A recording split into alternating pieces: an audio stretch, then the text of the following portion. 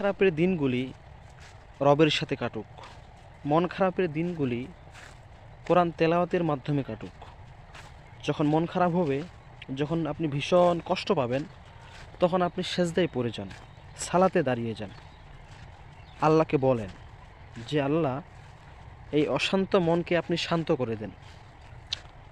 আপনি যখন আপনার মনের কথাগুলো আল্লাহকে বলতে পারবেন, সেজদাতে গিয়ে বলতে পারবেন, কোরআন তেলাওয়াত করতে পারবেন, ঠিক একটা সময় যখন আপনি মানুষ কান্না করার পরে মানুষের ঘুম কেন আসে জানেন?